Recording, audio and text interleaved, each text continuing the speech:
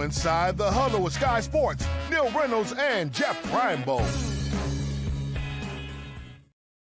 Yes, hello. Welcome to Inside the Huddle on this Monday morning and Monday night in Hawaii, where we're joined by Jeff Reinebold. I'm your host, Neil Reynolds. We're going to look back on Championship Sunday in the NFL. The Super Bowl 59 lineup is complete. And we are going to also talk about some coaching changes and coaching hires across the league. And Jeff, the more things change, the more they stay the same. The Kansas City Chiefs are in the Super Bowl again, Super Bowl 59, and it's a rematch from 2 years ago against the Philadelphia Eagles. These two teams look pretty good on Sunday, and I mean we'll start with the Chiefs in a second. But there's your Super Bowl lineup. I think it's going to be a great matchup. You know, those are two teams that you say what you want about them, and you can talk about I don't know whether it's exhaustion of the Chiefs or they're now become the Patriots and all of that talk and the officials and all of it. But when you have to make plays, and this is I think really important when you start talking about the Chiefs, when you have to make plays, the Chiefs find ways to get it done, and it doesn't matter who it is throughout that roster. Travis Kelce caught two balls in this game, right? But you look at all of a sudden, guys are stepping up around the football team that, I won't say they're not good players. They're great players. They're all great players. But, that doesn't – it's not a team that requires Patrick Mahomes to play out his skin or Kelce to play out his skin. They find ways to win the game. Yeah, they beat the Buffalo Bills 32-29. Harrison Butker's field goal was the difference. The Steve Spagnuolo blitz on 4th and 5.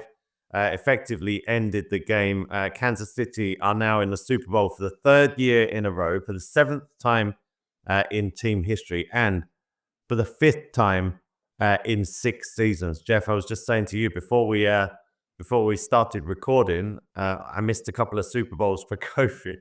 The last Super Bowl that I went to that didn't involve the Chiefs was 2018 season, the Rams and the Patriots. And before that, we said the Patriots were in the Super Bowl every year. So it's the Chiefs. We've rolled straight from the Patriots into the Chiefs. And you're right. I think the point you make about people making plays, whether it be stuffing up Josh Allen sneaks, on 2-point conversions. There was a throw over the middle late in the game where Nick Bolton puts his arm up at the last second and bats the ball down. These are all the little plays. You stack those one on top of the other.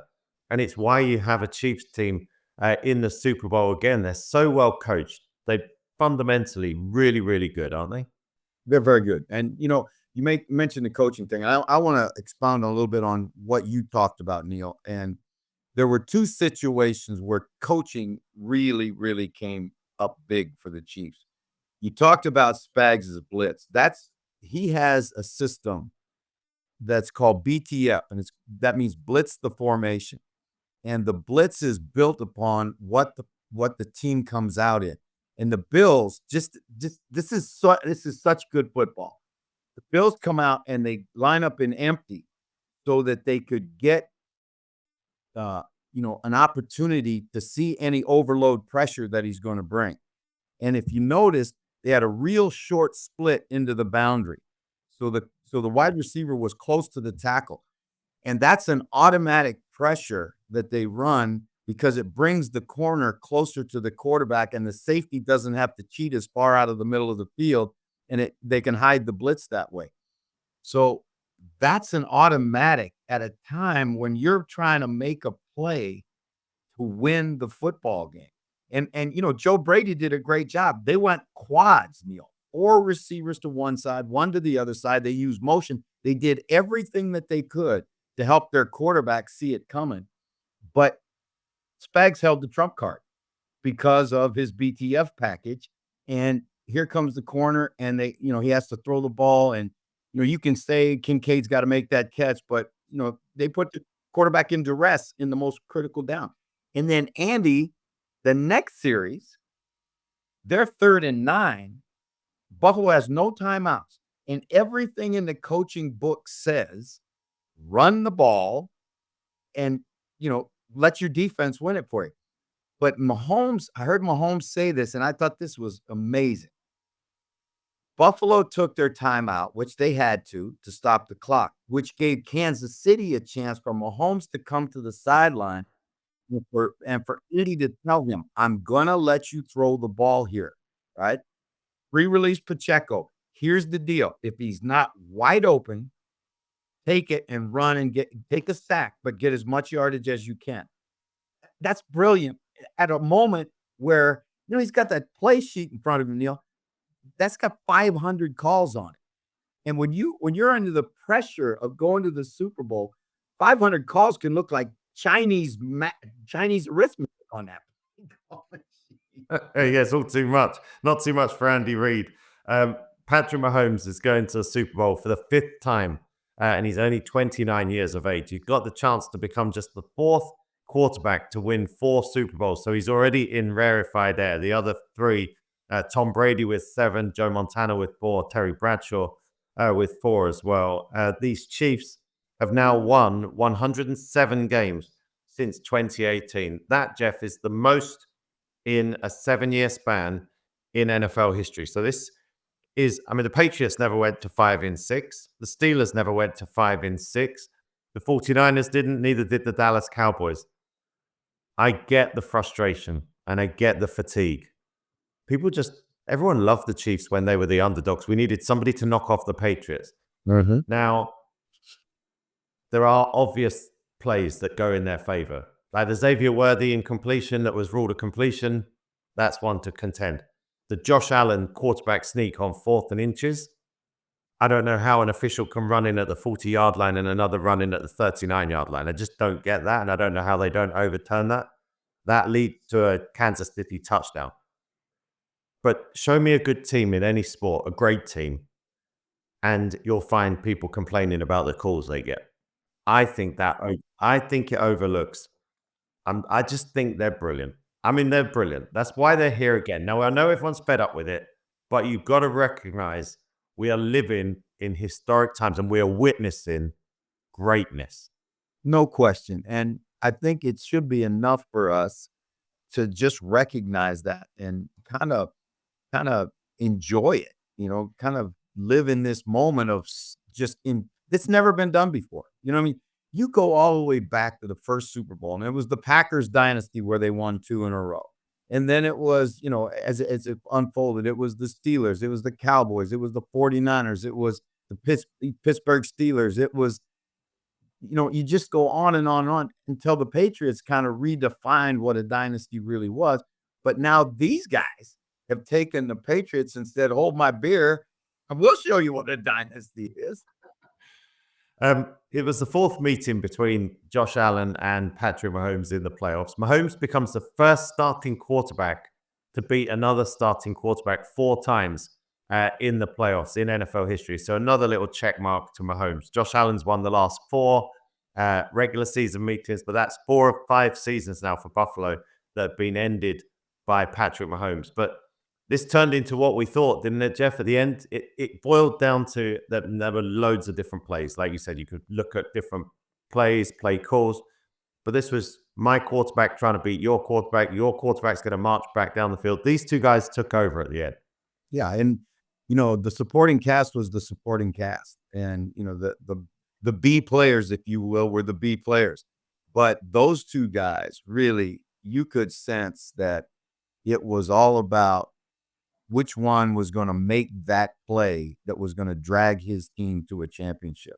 And in the end, with that throw to Pacheco, it was just one more, for Patrick Mahomes. You talked about the coaching and the BTF. By the way, I'm glad you said blitz the formation. I had no idea where you were going with that, so that's good. I'm glad. I never knew where you were going to go with that, Jeff. What stood out to me as well, a couple of times they had the sneak where, especially on the 2-point, Josh Allen would try to slide to his left and go behind left guard. And the Chiefs absolutely loaded up there because they've watched it. They've seen the film study. We saw this earlier in the year when Leo Chanel knew where to pressure on the field goal block. This is not just what they do on Sundays, is it? That gets them to these Super Bowls year after year. No, it is exactly who they are. It is top to bottom in that organization. And, you know, think about, you think about this and, Spags is Andy's second defensive coordinator. And,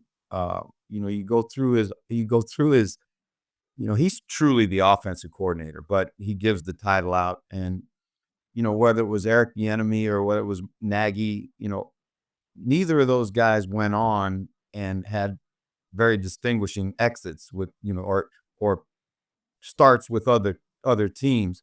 Eric struggled with the Commanders as an offensive coordinator. Nagy couldn't get it done in Chicago as a head coach.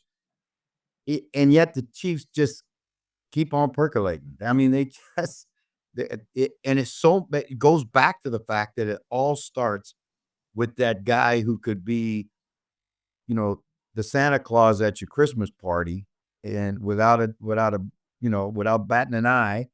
And he is a genius without taking any of the credit, which is the real cool thing to me about Andy Reid. And they morph year after year, which is what the Patriots did.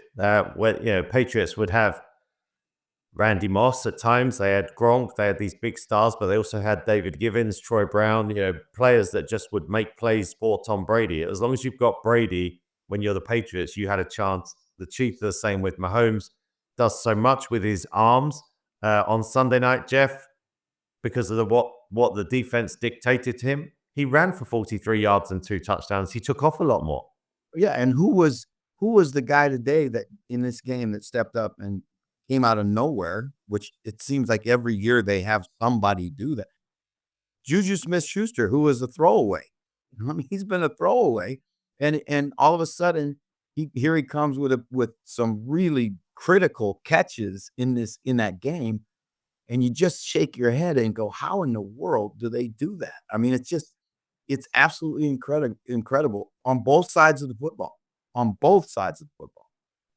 This is a tough one for Buffalo to swallow, isn't it, Jeff? When you think about, because the Chiefs aren't just writing their own legacy and history here, their success is shaping Sean McDermott's legacy, Josh Allen's legacy at the moment, because they cannot get to the top of the mountain. I mean, short of petitioning to move into the NFC, Buffalo are going to have to find a way past these Chiefs, and they haven't been able to do it. And I'm sure right now on the plane ride home that they're starting to do the postmortem on the season. They're looking at personnel. They'll get in the offices and evaluate everything that they do. And, they'll be extremely critical of themselves and, calls and players and why we drafted this guy and why we didn't draft this guy and all of it.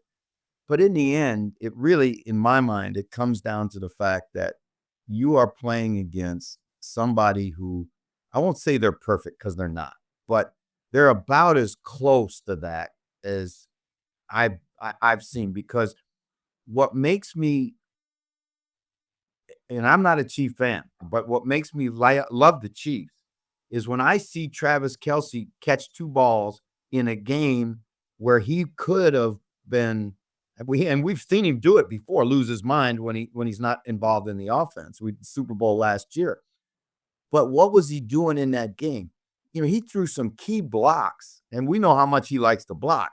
But he found the unselfishness to go throw some key blocks to get Mahomes into the end zone. And it's cliche to say, well, I'll do whatever it takes, but these guys do whatever it takes. Yeah, And I mean, that was. Sorry, go on, Jeff. That's the incredibleness of the Chiefs. And Neil, let me just say this. It gets harder to get guys to do that, not easier when you've won championships. Because everybody wants it to be about them. Everybody wants to take a bow. Everybody wants a new contract. Everybody wants to do the next commercial, all of that stuff. And jealousy is so easy to overcome. I mean, it's so easy to infest your locker room, especially when you win. Couple of points to pick up while you might. Yeah, you're right. I mean, they find a way. That was their 12th one-score victory of this season. To your point, you say about the Chiefs aren't perfect. They're not, Jeff. You're right. But you have to be almost perfect to beat them. You can't afford mistakes. You can't afford any let-up. And Buffalo were really, really good. Don't get me wrong. They gave it their all, but it wasn't perfect. And the point about Kelsey, I think, is really interesting because throughout history, this is why there's never been a team that won 3 Super Bowls in a row. The Chiefs are going to come closest to that because the other back-to-back champions over the years never reached the Super Bowl the third time. But so many teams have been great and then disappeared. I mean, even one of the greatest teams in NFL history, the 1985 Chicago Bears, won the Super Bowl. Honestly, Jeff, half that roster wrote a book in the offseason. Yeah, and they never went back. They never went back. So you have to plant your ego, leave it at the door if you're the Chiefs. Yeah, well, think about it, and I think, here you go again. This is kind of a peek behind the curtain. You got to also understand that a lot of those guys are married or have significant others, families, all of it, right? Well, one of the things that I know Coach Vermeil used to always talk about was wives' jealousy. Imagine what it's like to be a wife of a Kansas City Chief or the Andy Reid's wife or whomever, and all of a sudden Taylor Swift drops onto the scene. And like every camera and every microphone goes immediately to her and Travis. And your husband might have been the star of the game. And you want a little of that love too, right? But that doesn't seem to affect them. And that is incredible in this day and age in pro sport. That is the most significant of significant others cheering on the Chiefs. Let's go to the NFC Championship game then, which was played earlier on Sunday. The Philadelphia Eagles beat the Washington Commanders 55-23. It was the first team to score more than 50 points in a championship game since the Buffalo Bills in the 1990 season. It is, in fact, the most points that have been scored in a championship game. And it was done on the ground for the most part. We'll start there. 36 carries as a team, 229 yards, seven rushing touchdowns for the Philadelphia Eagles. And of course, Jeff, Saquon Barkley leads the way. First carry of the game, 60-yard touchdown. That was his 7th touchdown run of 60 yards or more on the season. He has 118 and 3 touchdowns on the ground. That was his 14th 100-yard rushing game of the season. That's an NFL record as well. I mean, there was some flex. There's lots of other bits to get into with this, but that jumped out to me right now. The yardage totals on the ground and 7 rushing touchdowns.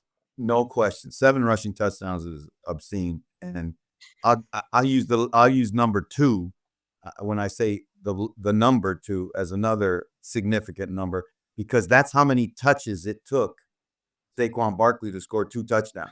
And it's so much.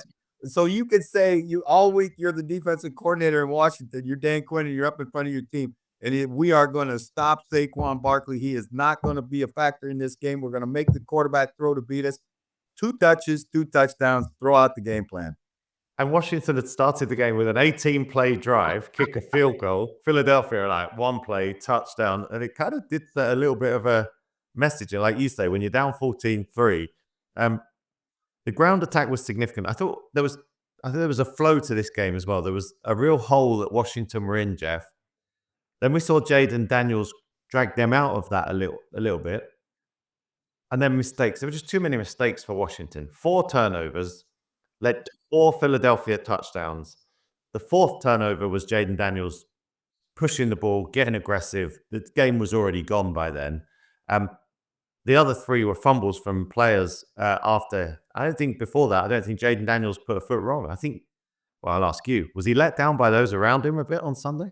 Well, I think that's one way you can say it. I think another way, if I'm the Commanders and I'm going through again the postmortem of the season, which has already started, I think it's just indicative of the fact that the roster's not there yet and that they have got to be better. And some of the guys like Jamie Brown, who's been playing so well, he puts one on the ground, in the first series.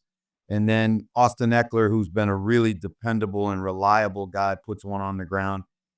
And, so it was not their day. I thought they fought hard. I thought Dan Quinn, they faked that punt on, early in the game, which was a really, really, really call that took some intestinal fortitude. And, they played hard. They just didn't play well. And, they get stopped on fourth down. See, It's funny because with the way the NFL does stats, they don't count fourth down stops as turnovers, but they actually are. So when you factor that in, it really was just too many turnovers against a team that's not quite talented enough yet. Yeah, that's 15 of 16 wins for the Philadelphia Eagles now. So you can't complain about their form heading to the Super Bowl. And where this was interesting to me, Jeff, was they showed, if necessary, Jalen Hurts can throw the football. We've had all this kind of like, I talked about it. He had 131 yards in one playoff game, 128 in another. And then he's got more than that by halftime. He finishes 20 of 28, 246 yards, one touchdown, no interceptions. I mean, I thought this was a complete performance from the Eagles. Yeah, I agree with you, and it was good to see him do that on a bad knee because he had that knee all braced up, and I when I was watching him warm up, I thought this is going to be interesting to see if he's got that, and that was that significant bracing on his knee. It's interesting. He says after the game, Jalen Hurts says after the game that Sirianni took the straitjacket off of me a little bit today, and I thought that was an interesting comment. And Sirianni, kind of bit back as he's wont to do at the fans and the media for being so critical of Jalen Hurts. If Jalen Hurts plays like that next week, they have a legitimate chance because this will be maybe the best since I would say since the Lions play or the Lions and the Chiefs played. This will be the best roster that the Chiefs have seen. I think Philadelphia is significantly better than Buffalo in some critical areas, right? I think their defensive line is bigger, more physical. Their offensive line is, has the ability to run the football. Again, they've been running the football all year. Saquon Barkley's got more touchdown runs of over 60 yards than I think anybody in the history, in one season. So you look at those things and you say, this is not an average football team at all, on average roster. This is one of the elite rosters in the NFL that's rolling into New Orleans this week. Let me have one more word on Washington. Adam Peters did a really good job his first year as general manager. Dan Quinn, first year as head coach, and Jaden Daniels, first year as quarterback. They won 14 games in the end with the playoff games. Maurice Jones-Drew made a really good point on NFL Network. You would hope that if Adam Peters continues to build it the right way, this is the worst team that Jaden Daniels will play on in Washington for the next 10 years. That's the plan. That's what you want to try and build because this is only the start. No question. And I think that the start should be a blueprint for other teams that are going to draft a rookie quarterback, or teams like the Bears now, who are in that window that you get when you have a hyper-talented young quarterback and he's on his rookie contract, because it doesn't last very long. And so while you have that and that salary cap space and the money to move in free agency like you cannot waste a free agent selection. You cannot waste the draft pick. Everything now is, in Washington, in my mind, is pointed towards the Super Bowl. And they've got some guys, Fowler and some of those guys that Dan Quinn brought in, Chin, some guys that are, they're going to have to make some decisions about in a couple of years. They're there to get the culture built. And then the talent will come in around the culture and they'll take off. So I think if you're a Commanders fan, you got to feel really, really good about your football team right now. So you kind of set up the stage already, Jeff, a little bit there with the challenge that the Chiefs will face. But Super Bowl 59 will be the Eagles against the Kansas City Chiefs. It's a rematch of Super Bowl 57 in Arizona, which was a shootout. And it was a heartbreaker for the Eagles in the end. There was the penalty on James Bradbury at the end of the game, allowed the Chiefs to run the clock down, kick the field goal to win 38-35. And we mentioned him just a minute. It's going to be Saquon Barkley's 28th birthday on Super Bowl Sunday. Is he the key man? Is it him on the Eagles side and Mahomes still? When you look at this, how do you see this going? I know it's in a very early stages. I think it's, obviously Mahomes has got to be Mahomes. Chiefs have got to continue to find a way, and play great complementary football. They can beat you in all three phases, and it doesn't matter which phase wins the game for them. That they don't care. Andy's ego's way past that. On the other side, how will Philadelphia deal with this? Now, the success of scoring 55 points, going to play the Chiefs, a team that they gotta feel like they should have won the last time they played. There's a lot of psychological stuff that Philadelphia is going to have to deal with. You're playing against, a mystique a little bit too in Patrick Mahomes. I think Mahomes, Neil, is at that point that Brady got to where guys on other teams, coaches on other teams, when he had the ball, it was just like, oh boy, they got Tom Brady. No, it's like that trump card that they could pull out at any time. And I think he knows that too. I truly believe he knows that that's where his place is in the game right now. And credit to him, he doesn't puff up about it, right? He doesn't say it's all about me. He says all the right things in the media. He plays the game the right way. So like you say, I think this is our time as fans to really, love where we are with this game right now, with the level of play that we're going to get in the Super Bowl, the great players, all the great stories, all the stuff that you guys are going to, dig into starting next Monday. I think it's going to be fantastic. Yeah, Super Bowl will be Sunday, February the 9th. We'll be on air at 10 o'clock with the game kicking off at 11:30. Let's just rattle through a few bits of coaching news. The carousel continues to turn, Jeff, and the Dallas Cowboys have settled on their offensive coordinator. He didn't actually call the plays in recent seasons. Brian Schottenheimer, obviously famous NFL name. He's been around for a long time. Son of former NFL head coach Marty Schottenheimer. They flirted with Deion Sanders, and they've ended up with Brian Schottenheimer. What do you make of it? I just think that whole thing was kind of Dallas Cowboy.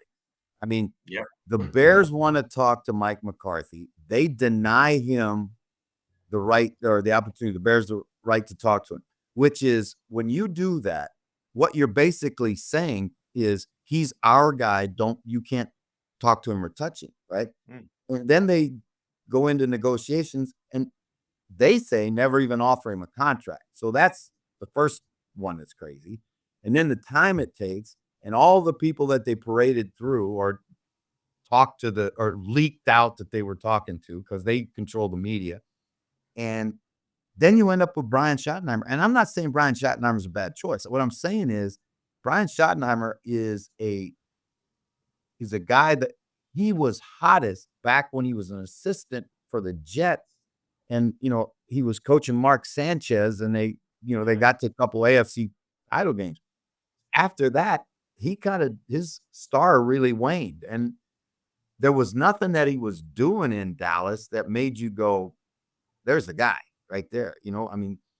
Kellen Moore was the one that I thought was looming out there. If they didn't go with Deion, that they'd go with Kellen, who's, a more proven, successful coordinator and, a Dallas guy, a Jerry guy. So there's a drama in Dallas. There's an absolute soap opera in Jacksonville where Trent Baalke was in as the general manager, which led to some coaches kind of turning their nose up at the Jags job. Liam Coen, the offensive coordinator of the Bucs, re-signs with Tampa Bay, signs a new contract that makes him the highest paid coordinator in the league. Baalke is all of a sudden out at Jacksonville. The Bucs can't get hold of Liam Coen. For love nor money, he won't answer his phone. He's disappeared. Next thing he surfaces as head coach of the Jacksonville Jaguars. Jeff, I don't know all the ins and outs of this, but it doesn't look great from the outside. And he better be good as a head coach because, I don't know, you guys all know each other in the business, right? Yeah.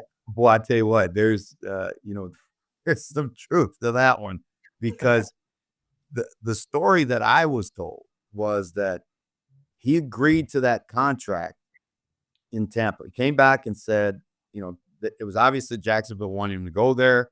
Tampa countered with a huge contract. He didn't sign it. And then the Jags said, okay, if Balky's the issue, we'll get rid of Balky, and will you come now? And he went to Todd Bowles and he said, Todd, I've got to go back and at least look at this, right? Went back, and when you go into the building for the second time, that's usually when they're not going to let you out. They lock the door and say, okay, what do we got to do to get you here? So, he doesn't have to coach again after the money he's going to make. But if he wants to coach again, he better be really careful how he deals with this one, because that is a tough one optically, really tough one optically. Will he be good for Trevor Lawrence? Obviously, he's had a very good Tampa Bay offense. He's had very good attacks for the last 2 or 3 years in the NFL. Well, I think, he's one of the, McVay limbs off the McVay tree. And, he's, by reputation, is very good with quarterbacks. And we see what he did with Baker Mayfield. And if he can do anything close to that, right, in Jacksonville, then I think it's a great hire. I think that Jacksonville still has some things in their organization they need to get, straightened out. What I'm hearing is that Tony Baselli, our buddy Tony Baselli, may be in the mix to take on a football role in Jacksonville. Wow. And I think I'm all for that one. The other one, Neil, and you didn't hit on it, but I got to go there because he's keeping us old guys proud. Pete Carroll, who will be 74 next year, signed a 3-year deal. I'm not good at math, but that means when the deal's over, Pete's 77. So turning 74 before the season, he'll be the oldest head coach in NFL history, the new head coach of the Las Vegas Raiders. And Jeff, if you're good enough, they always say when you're a young soccer player, if you're trying to get into the first team or something, if you're good enough, you're old enough. Well, if you're good enough, you're young enough for Pete Carroll. It is. Do you know what? It is really, really good news, I think, for the Raiders, because what do they need first? What Washington had: set the culture, set the standard, and then go from there. Now he's going to need a quarterback. That's what they absolutely have to find in the NFL draft. But the guy can still coach. There was nothing. Hey, there's no question. And you hit it right on the head, because what is Dan Quinn? He's a culture creator. Well, the original culture creator is Pete Carroll. I mean, he's one of those guys. And, I talked to a friend of mine who's in the building in Seattle, and he's trying to bring a lot of the guys who were part of what he built in Seattle to the Raiders. And my buddy's one of them. And, so he's obviously been given the go-ahead by Mark Davis to build it the way he wants to build it. And he, just like Dan Quinn did, he's going to get guys in the building who know him, know what he wants. And I just wonder, wouldn't it be something to see he and Russell Wilson united? Because that didn't end really well, but we'll have a second chance at a good ending. I think would be really something in Las Vegas. Yeah, I think it's really exciting. I think that is a more kind of inspiring move than Schottenheimer in Dallas. We'll see how all of those play out. Jeff, so this is we wrap up, and next week I'll be heading off to the Super Bowl, and obviously bringing podcasts from there. I don't know our schedule, and I woke up 10 minutes before we recorded this. This is like last week. We're recording 10 minutes after I've woken up and 5 minutes before you go to bed. So I don't know when we'll speak again, but we will before the end of the season. I'm calling it. All right. Hey, listen, you know what? The phone is always on. I mean, right here, you got me. So, hey, you know what? You're going to be in New Orleans on Saturday? I get there Sunday. Next Sunday. Okay. You get there Sunday. Okay, I'll be there the next Saturday, because I'm just going to fly in, do the game on the radio, and then fly back out because of our schedule. But I know you're going to have a great time. I know you guys are going to do a great job with the build up into the game and all the stuff on Radio Row and all of it. So enjoy it, because obviously, you guys have earned it, and New Orleans is a great town, and, I can't wait to watch what you guys put out. Yeah, and I can't wait to see you in New Orleans, Jeff. We'll catch up the night before the Super Bowl 59, which will be the Kansas City Chiefs against the Philadelphia Eagles. And so until then, Jeff, say goodbye to the good folks. Aloha.